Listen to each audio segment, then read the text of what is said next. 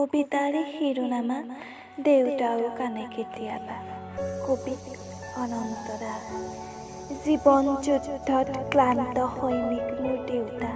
মই প্ৰায় শুনো দেউতাৰ উচুপনিবোৰ। মই বুজি পাওঁ দেউতাৰ পঞ্জীভূত বেদনাবোৰ।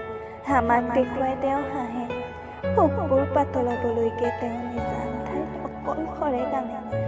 ঘৰখন আৰু দেশ মাতৃক ভাল পোৱাৰ বাবে তেওঁ আজি ঘৰৰ পৰা বহু দূৰত। ঘৰত আহিম বুলি ভাবিলোঁ সময়মতে ঘৰত আহিব নোৱাৰে। সকলোৰে প্ৰয়োজনবোৰ তেওঁ ভালদৰে বুজি পায়। নিজৰ বুলিবলৈ নতুন সাজপাৰ দেউতাৰ কিন্তু এযোৰ নাই। কোনেও নুবুজে দেউতাৰ হৃদয়ৰ বেদনাবোৰ।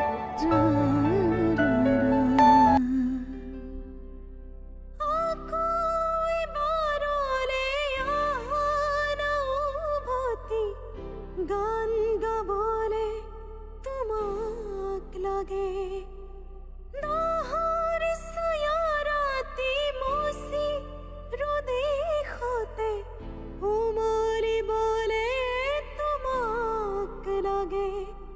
মোৰ আধা উশাহ তোমাক দিম, সাগৰ শুকুৱাই তোমাক আনো।